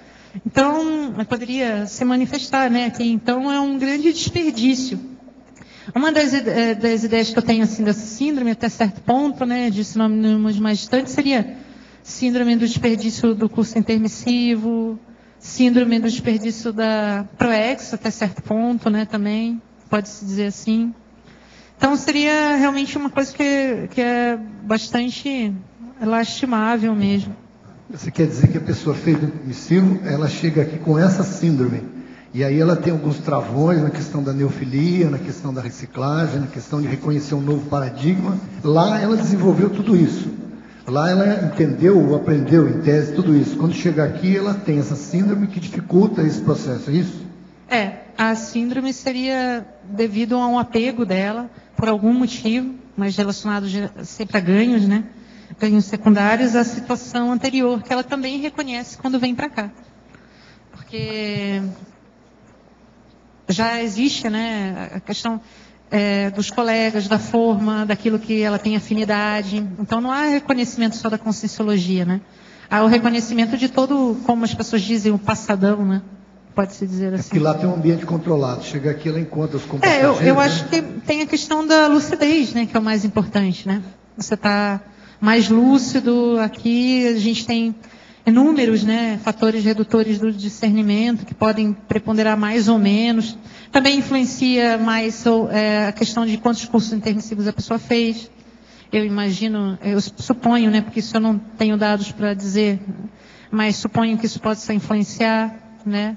Até eu coloquei aqui que é a questão acho que na elencologia, né, tá? O calouro, né, o intermissivista calouro. Que eu penso assim, é uma suposição isso minha, não é uma hipótese, mas penso que com o passar dos cursos intermissivos, essas patologias, né, vão ficando mais distantes. Você tem uma dica para sair disso, para a pessoa que está nessa situação sair disso? Seria... Olha, a única maneira é a pessoa mudar através da prática, são as práticas, colocar, por exemplo, os próprios conhecimentos conscienciológicos em prática, nas técnicas, e desafiar os seus limites, conforme a gente estava até debatendo. Então, por exemplo, o exemplo lá do estado vibracional, que acho que vem bem a calhar, porque é uma técnica bem importante. Acho que não é incomum a gente conhecer pessoas que são colegas faz tempo e não aplicam o estado vibracional. Mas a pessoa tem convicção na realidade, a palavra ideal não seria convicção, ela tem a crença de que é uma coisa importante e que é factível, mas ela não faz. Então, isso é uma mudança de paradigma no momento que ela colocar em prática. É a questão do princípio da descrença, da autoexperimentação, da vivência. É nesse sentido que eu acho que a pessoa tem que fazer uma listagem, um estudo das incoerências dela, das incompatibilidades, e começar a colocar em prática. E daí vai começar a incomodar. Os ganhos secundários vão começar a aparecer. Aí ela precisa se posicionar, abrir mão ou não. Agora, se a pessoa tem dificuldade de enxergar, tem dificuldade de mudar, uma opção seria pedir ajuda. E poderia ser na própria consciencioterapia, uma das opções, né? Que na verdade ela tem um apego, né? Ela tem um apego por essa situação. Sim, né? Tem até, eu coloquei em algum lugar aqui no verbete a questão do apego e desapego. O fato principal é o apego mesmo. Agora, o apego pode ser por muitas causas. Pode ser por envaidecimento, por exemplo, assim, alguns exemplos, né? Orgulho. Orgulho. A pessoa, ou até eu coloquei aqui no verbete a questão da síndrome do ostracismo, tem a ver com isso, né? Poxa, olha, a pessoa era um mega power, influente, líder, sabe tudo de um processo anterior, de uma linha anterior, de uma outra questão. Por exemplo, assim, vamos pegar uma questão mística. A pessoa era um mega sacerdote lá, todo mundo baixava a cabeça para ela, tal. Aqui nessa vida, não, por exemplo, na vida atual não tem mais esse contexto. Mas até certo ponto tem o reconhecimento das companhias, tem as ideias, tem o jeito de pensar. E daí ela quer colocar em prática a conscienciologia e não tem isso. Ela vai ter que fazer por ela mesma, até certo ponto, começar às vezes do básico, né? Vamos dizer assim, conforme outras pessoas. Isso tudo causa um impacto e às vezes é difícil a pessoa abrir mão disso, entendeu? Do status, do poder, da posição. Às vezes ela tem medo. São muitas causas que levam ao apego. É interessante a pessoa identificar isso. Mas se ela não conseguir identificar no primeiro momento, mesmo assim ela pode mudar. É melhor ela já começar a ver o que ela precisa mudar, colocar em prática, que essas dificuldades, essas causas vão aparecendo com o passar do tempo. Juliana, aqui no B, ainda em parafatologia, você colocou aí os bloqueios e as intoxicações energéticas inerentes à síndrome do conflito de paradigmas. Eu queria saber se teve alguma identificação de um bloqueio específico na casuística que vocês estudaram ou se foi generalizado. Então, a gente coloca lá, até citei isso lá no artigo, né, que a maioria das pessoas, a maioria não, acho que quase totalidade, na estatística tem bem certinho, das pessoas que a gente analisou tinham bloqueios cardiochacrais. Mas qual que é o problema? É que isso não é específico da síndrome, né? Então, bloqueios cardiochacrais, laringochacrais. Então, por que não é específico? Porque a maioria das pessoas, por exemplo, que a gente atende, consciencioterapia, ou que observa no nosso grupo, né, no grupo Karma, que estão passando por um processo de crise, de fundo emocional, elas têm esse bloqueio. Então, não foi específico, não. Embora todos os casos, ou quase todos apresentassem, que a gente pode identificar, não foi específico. Essa identificação dos bloqueios foi feita através do acoplamento, muitas vezes, né, na questão do arco voltaico, ou mesmo o acoplamento áurico, e algumas vezes foi confirmado pela percepção da própria pessoa. Mas o diagnóstico foi feito assim, foi o heterodiagnóstico, né? Então, eu gostaria só de dar uma sugestão aqui. Por que você não coloca os bloqueios corticais? Porque você está falando tanto no processo das novas sinapses, né, no processo neural e tal. Então, talvez fosse mais, já que foi generalizado, né, não foi específico, talvez os bloqueios corticais, não sei. Uma sugestão. Porque, tá certo, eu vou pensar, mas na realidade o mais frequente foram os cardiochacrais, né? Não sei se eu falei errado, desculpa. Olha, aqui agora tem uma questão da outra dos remédios, tá? Oi? É de outra aí dos remédios. Sério? Mariana. Hã? Mariana. Ah, Mariana. Juliana, uma pessoa que baseia muitas de suas atitudes no hedonismo, isso seria um grande conflito de paradigmas? Ela reconhece que deixa de fazer coisas importantes por esse comportamento? O que poderia motivar uma pessoa assim à mudança? Então, aqui eu até coloquei ali, né, na filosofia o hedonismo, né? O hedonismo aqui até eu queria mais acepção, assim, aquela acepção do iluminismo, né? A questão seria mais essa acepção pejorativa, né? Foi a partir do iluminismo do apego aos prazeres carnais que se diziam, né? Terrenos, ou materiais, né? A gente pode dizer assim, né? Mais nesse... Uhum. Mas o que acontece? Eu entendo que você quer dizer assim, a questão da busca do prazer e essa sendo a maior motivação, o maior valor da pessoa. Sim, eu penso que a gente identificou no nosso estudo essa dificuldade, né? Algumas vezes o caso relacionado com isso. Que o valor da pessoa é a questão do prazer, da satisfação imediata. E fica difícil daí a questão da mudança do paradigma. Ela pode ter síndrome do conflito de paradigmas por causa do apego a esse prazer em que a gente está se referindo, sim. Para fazer a mudança, seria mais ou menos conforme das outras situações que a gente estava falando. A pessoa primeiro precisa reconhecer isso. Você perguntou se ela reconhece ou não. Não, muitas pessoas não reconhecem isso. Conforme a gente estava discutindo, muitas pessoas não conseguem reconhecer os seus valores, né? O que as motiva. Então, às vezes é um pouco complicado da pessoa enxergar a si mesma, né, nesse sentido. E ela precisa fazer uma reciclagem dos valores. Mas aí até tem uma questão bem interessante que eu estou estudando, que mais futuramente, se for possível, gostaria de escrever no verbete, que é a questão da reciclagem do prazer. Que é justamente você reciclar, rever o conceito de prazer e reciclar essa ideia do prazer, do que te traz prazer, e ao mesmo tempo reciclar ideias bem obsoletas do tipo a questão da cientificidade, do esforço, da experimentação, serem desprazerosas. Até certo ponto isso tem um certo nível assim de ideia religiosa, assim, por assim dizer, né?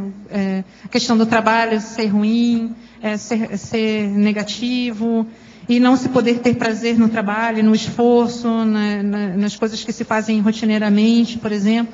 Então isso é um tema bem interessante, mas, por exemplo, dando um exemplo dessa reciclagem do prazer. Vamos dizer que a pessoa tem muito prazer com a questão estética, né? Das artes, por exemplo, que até tem a ver, né? A questão das artes, da pintura, do desenho. Então, ela pode reciclar essa questão do prazer estético, por exemplo, na escrita. Então, a escrita tem a forma, tem a estética e tem a questão do prazer, da satisfação, que você pode transferir e fazer essa reciclagem de objeto do prazer, pode ser assim dizer, né? Então, esse é um tema bem interessante e obrigada pela pergunta. Juliana, você ainda há pouco comentou a questão dos pontos cegos. Dentro desses seus estudos, você chegou a identificar ou criar alguma técnica para anular o ponto cego, ou para a pessoa descobrir o seu próprio ponto cego? Não, eu não desenvolvi nenhuma técnica ainda não, mas eu estou estudando muito. Você será a primeira pessoa a saber. Obrigado. Então, o problema do ponto cego é o seguinte, é justamente a questão da neofilia, né? Você poder enxergar além do que você enxerga, né? Eu acho que no processo evolutivo, isso é o natural, né? Você ser mais flexível, você conseguir enxergar além, você não classificar aquilo que você enxerga com o que você já conhece, sabe como? Eu acho que a pessoa ampliando até a própria questão pode ser, não sei se é a palavra mais adequada, da erudição, né? Do dicionário cerebral, não sei bem, mas quanto mais ela ampliar assim as suas escolhas, eu acho que isso vai diminuindo. Mas não, eu estou estudando, mas até por conta lá da pensinidade, né? Que é meu tema de pesquisa, do pensenograma, mas ainda não desenvolvi uma técnica, não. Você já viu que no normal ela é calada. Na hora que vai defender, ela fala mais que qualquer um aí corretamente. O senhor pode fazer. O pior é que é corretamente. Isso é que é a coisa braba. Você no normal, você é muito calada. Na hora que defende, você fala tudo certinho e dispara. Mas isso aí parece que ela desconta todo Pedro, o motivo Pedro, você me conhece, eu sou calada. De anos, ela fala tudo em cima. Sou calada? Ela está correta. Ela é calada. Não sou, não. Alguém aí acha que ela não é calada? Só o Pedro que não. Ela é ou não é calada? Pedro, levanta a mão, Pedro. Não adianta, a maioria acha que você é calada. Agora, escuta, aqui tem um outro cientista igual a você. É o Felipe Enes, o primatologista. Então, ele está falando o seguinte. Poderíamos inferir que a infância, quando bem trabalhada, pode ser uma fase mais propícia para a mudança de paradigma pessoal? Seria correto afirmarmos que os caminhos neurológicos de aprendizado e vivência são produtos da mesologia e das experiências de outras ressomas e vão se sedimentando o paradigma pessoal? Sim. Eu também acho. Então, na verdade, a infância né, até por causa da questão da plasticidade cerebral, né? Agora, ele está de olho na gente lá no fim do mundo, no meio da Amazônia, né? Porque ele está lá. É mesmo? Ele está na Amazônia? Ele está lá estudando o caso dos macacos. Um dia desse ele deu uma nota aqui. Quer dizer que ele está de olho aí no que você está falando. Obrigada. A macacada com a macacada, está de olho na macacada. Manda um abraço para os nossos parentes. Manda um abraço para os primos. A macacada. Então, com certeza, quanto mais precoce, menos fixado, né, maior a plasticidade cerebral. Até é importante aí a questão da infecciologia, acho que entra por esse prisma, né? E tudo aquilo que tem relação com a infecciologia, né, maturidade cerebral e, enfim, tudo mais. E a questão, eu acho, das trilhas sinápticas e do funcionamento cerebral, tudo mais, ser a questão da mesologia, acho que sim, do que vem do passado também. Eu penso que, na realidade, assim, cada vivência que você tem vai solidificando ou mudando o jeito de você pensar. E é mais ou menos por aí a sua visão da realidade. E o quanto você está aberto ou não é outro fator, né? Isso é bem interessante mesmo. Tem a questão, por exemplo, do paradigma, que é uma pergunta, né? Uma pergunta clássica para a mudança de paradigma. O que hoje você acha que é impossível, mas que se acontecesse, se você soubesse que é verdade, mudaria totalmente a sua realidade? Isso é uma questão da mudança do paradigma. Não é só o que você sabe. Se acontecesse, trazendo aqui para a Conscienciologia, se acontecesse com você. Então, novamente, aquela questão lá do estado vibracional, né? Se você hoje está lá o estado vibracional, isso vai mudar totalmente a sua realidade. E é meio por aí que é a mudança do paradigma. Então, antigamente, lá tinha o paradigma lá das navegações, por exemplo. A Terra é plana. Aí o cara consegue dar... Então, se acontecer da pessoa dar uma volta na Terra e não cair no precipício, isso muda totalmente a visão da realidade. Mas não muda só a visão, a Terra é redonda ou a Terra é plana. Muda o jeito de ver a realidade, muda a localização, a geografia, a história, desde do que você faz no café da manhã. Isso que eu quero dizer, que tudo muda, entende? Por isso que é importante essa questão de rever, às vezes, pequenas mudanças causam uma grande repercussão no paradigma pessoal. Agora, você é um exemplo para nós de vida o problema seu, dessa contenção sem excesso. Você é muito boa nisso. Porque as pessoas que precisam mais para mudar são aquelas que têm 7 coisas que são mais ou menos a mesma coisa. Eu vou falar 7. Ansiosismo, precipitação, impulsividade, sofreguidão, imprudência, afobação e assodamento. Se vocês quiserem acrescentar, o problema é de vocês, só ver no dicionário. Com 7, hein? Eu vou... então, eu não sou afobado, então eu repito. Ansiosismo, precipitação, impulsividade, sofreguidão, imprudência, afobação e assodamento. Tem vários aí que são sinônimos, mas tem alguma leve diferença. É justamente que ela não tem. Desses aí, pelo menos, um pouco eu já escapei, né? Não, você aprendeu no silêncio a se conter, que é assim que vai, é o silêncio. Agora, eu ainda acho que você ainda está muito silenciosa demais. Passou da conta o tratamento. O senhor vai se arrepender disso. Hein?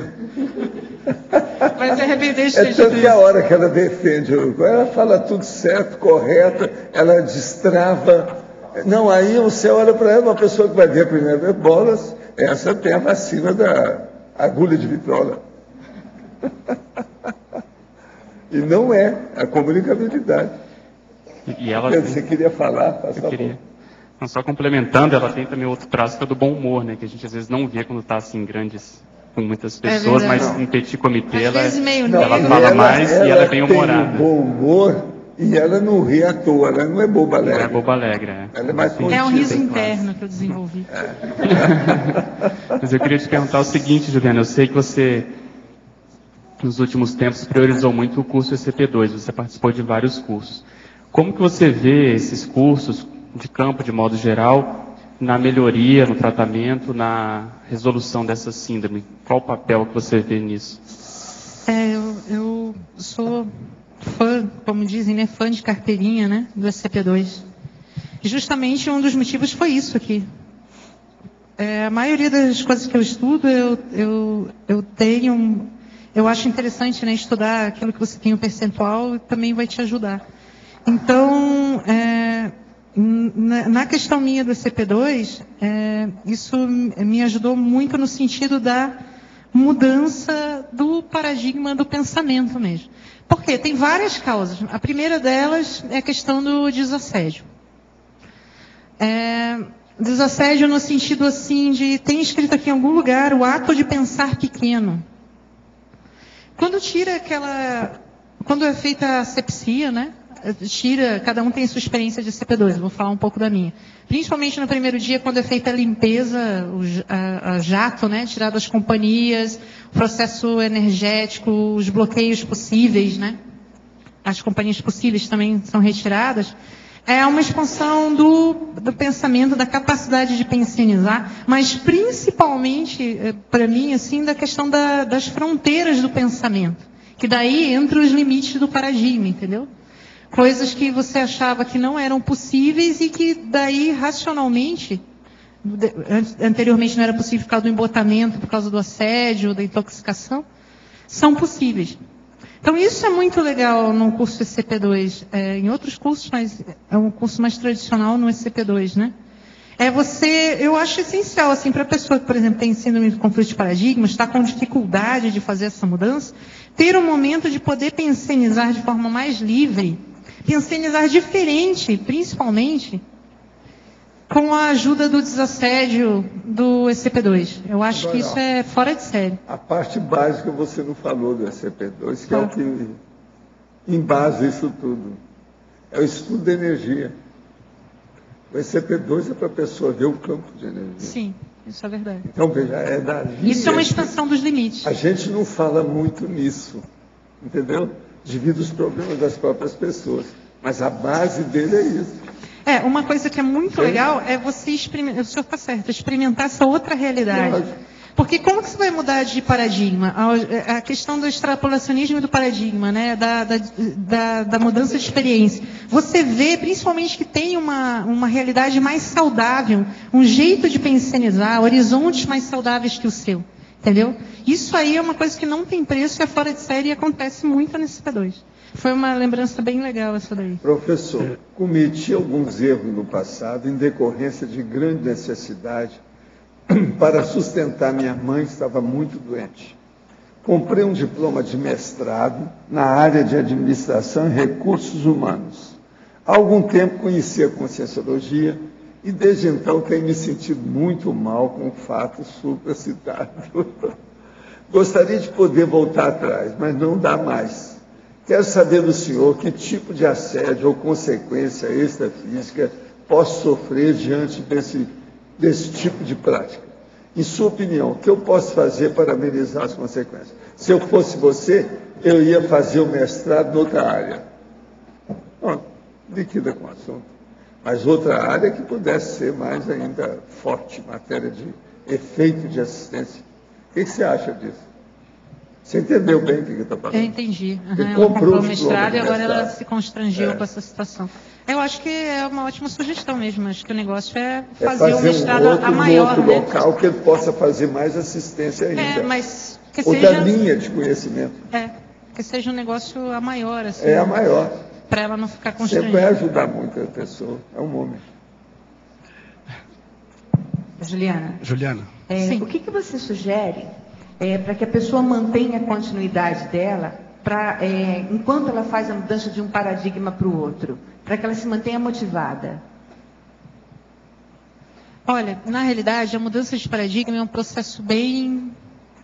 Quer dizer, eu vou falar uma coisa que eu não sei se aplica a todos os casos, mas a minha observação é um processo gradual, progressivo e até certo ponto pode-se dizer lento. Essa palavra que eu não tenho certeza em todos os casos, né? Então, na realidade, o tempo inteiro a gente está mudando de paradigma. Né? Se você é aberto à reciclagem, se você está fazendo reciclagem, se você é neofílico. Então, você está constantemente cutucando, né, digamos assim, os seus limites. Para manter a motivação, precisa você valorizar coisas, princípios que tenham afinidade com isso. Por exemplo, a própria reciclagem. Então, a partir, seria mais ou menos assim, colocar em prática aqueles ideais que você acha que são bacanas, mas que não tinha colocado ainda em prática. Acho que a motivação vem disso aí, porque a motivação, os próprios valores trazem a motivação, né? Não tem jeito de você se motivar se aquilo não é um valor para você.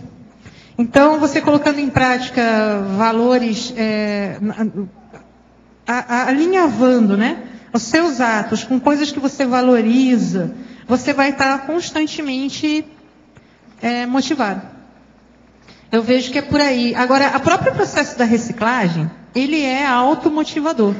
Que tem até aquele ciclo, né, que já foi descrito da autoconsciencioterapia ou reciclagem, que é mais ou menos a mesma coisa, né, em que a pessoa está lá e no final do processo, quando ela supera, ela ganha um bônus de energia, ela fica mais energizada.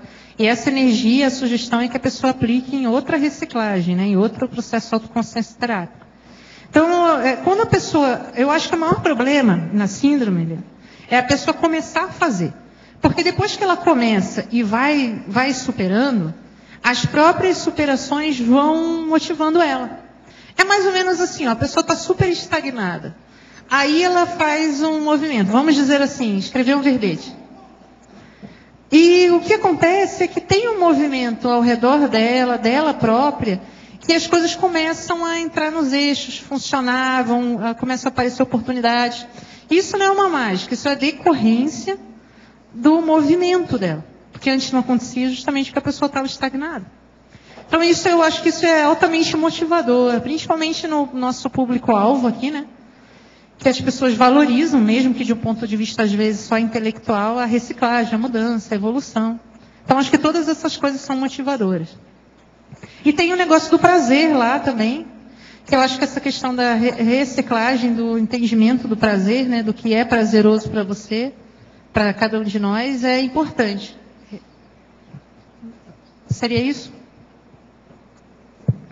Professor Valdo, aqui no dicionário, na conclusão, o senhor pode comentar essa última frase da conclusão, né, para profilaxiologia, onde o senhor fala, vamos assistir aos compassageiros de evolução sem protagonizar mais uma vítima no palco holopensene da existência. Eu queria entender melhor.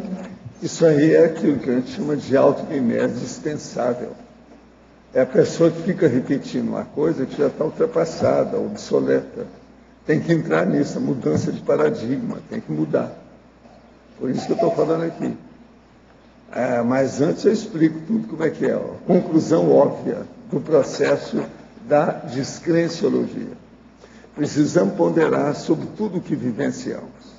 Se estamos na dúvida, o mais inteligente é arriscar o assunto do mapa, ou seja, se abster. Podemos usar a omissupra, que é a omissão superavitária. Cair fora, tirar o corpo fora daquilo que a gente pode ser um cúmplice. Evitemos entrar por alguma tolice nos assédios, principalmente os alheios, seja dos grandes pegando o rabo de foguete, ou dos menores escorregando a casca de banana. Nós estamos mostrando tudo, coisa grande, pequena, todo tipo. E aí eu falo, vamos assistir aos compassageiros de evolução, sem protagonizar mais uma vítima no palco ou no holopensene da existência. Isso é que eu chamo de auto-mimese dispensável. Agora, veja, isso tudo é a paraprofilaxia. Nós estamos fazendo uma paraprevenção. É uma vacina da situação. A ideia é essa. Agora, por isso, o princípio da descrença é difícil, porque para a maioria não tem que mudar só o paradigma, tem que mudar praticamente tudo que a pessoa faz, os interesses dela. Tem um homem que chegou para mim, lá no Rio, uma vez, e falou assim, Valdo, eu vi a conscienciologia, se eu for mudar, eu tenho que julgar fora metade das coisas que eu tenho dentro da minha casa. Aí eu falei assim, você tem armas? Tem. Tudo que eu falei assim, de coisa atrapalhada, eu falei, tem. Então, mas olha, então, veja, a conscienciologia foi feita para você. É essa renovação que você precisa. Agora veja, se ele vai mudar isso, os interesses dele, como é que fica? Agora, uma pessoa que já tinha vida constituída, tinha pé de meia, família tudo crescida, e ele só com tolices dentro do processo dele. Fumava, outra coisa, fumava cachimbo, tem ideia? Então, o que eu vejo é o seguinte, o princípio da descrença não é fácil. Agora, eu chamo a atenção aqui para a argumentação. Eu não sei se todo mundo aí leu. Cinema. O telão cinematográfico aceita qualquer imagem. Computador. A telinha do monitor, do micro, o desktop, o laptop, aceita qualquer digitação. Flip chart. O display aceita qualquer escrita ou desenho. Microfone. O microfone e o alto-falante conectado aceitam qualquer som. Ouvido. O tímpano aceita qualquer palavra falada. Papel. Papel branco aceita qualquer escrita ou desenho. Pintura. A tela preparada para a pintura aceita qualquer borrão. Quadro negro. A lousa aceita qualquer escrita ou desenho. O tablet. A telinha aceita qualquer digitação. Televisão. A tela da televisão aceita qualquer ping-pong, que é o bate-papo, colóquio, conversação, chat, discussão, diálogo ou dialético. Então, veja, o que a gente tem que ver é o seguinte, a gente tem que ponderar tudo, porque tudo que a gente tem aí em torno pode levar a gente para o buraco. Uma pessoa tem um instrumento, ela acha que aquele instrumento leva ela para alguma coisa boa, nem sempre, é o que a gente está mostrando aqui. A pessoa tem que ponderar todo instrumento, todo objeto, toda ferramenta que ela tem à disposição. Não pode estar usando assim, sem mais nem menos. Isso é que é a descrenciologia, é a coisa séria. Agora, ó, nós esperamos que você, que tem uma farmácia muito grande, traga outros remédios para a gente. Pois é, então nós queremos que é isso, tá certo? Vamos ver. Quantos para ela? 200? É, aqui, ó. Aqui. Muito tá obrigada a todos. Muito bom, senhor Verbete. E ó, você está ótima para defender as bases do Verbete. Gostei muito disso. Muito bom. Os nossos comerciais, por favor. Obrigado. Hoje tivemos 62 assinaturas no livro de presença, 21 perguntas presenciais, 13 perguntas online e 26 votos presenciais. Os recados de hoje são da Bárbara sobre o curso Pacificação Íntima e da Milena sobre o curso Introdução à Programação Existencial. Boa tarde a todos. A CIP quer convidar vocês para o curso Pacificação Íntima. O curso, que será ministrado pelo professor Mário Oliveira e Ami Belo, abordará assuntos como paz, conflituosidade, valores anacrônicos, ciclo algoz-vítima, travões do autoparapsiquismo, pacificação de ambientes e outros assuntos referentes à pacificação íntima. O curso ocorrerá no dia 13 de maio, e está no valor de R$ 80. Os interessados podem entrar em contato com a ACIP pelo número 2102-1421, a partir das 15 horas, ou me procurarem aqui no CAEC. Obrigada. Boa tarde a todos. Amanhã a Apex estará ministrando o curso Introdução à Programação Existencial. É um curso sem pré-requisitos. Para aquelas pessoas que não conhecem nada de Conscienciologia, podem participar. Então, inicia amanhã, aqui no CAEC, às 8h30 da manhã. Os objetivos do curso é apresentar os conceitos relacionados com a programação existencial, propiciar uma identificação da proexis pessoal, favorecer uma compreensão do que é o propósito de vida segundo a Conscienciologia e motivá-los para o cumprimento da programação existencial. As inscrições podem ser realizadas aqui na recepção do CAEC, em Foz do Iguaçu. A inscrição é R$ 80. E lembrando que inicia amanhã, às 8h30 da manhã. Obrigada. E o verbete eleito para amanhã é o princípio da restauração evolutiva. A especialidade Evoluciologia, de autoria do professor Laínio Loche. Obrigado pela sua presença e até amanhã.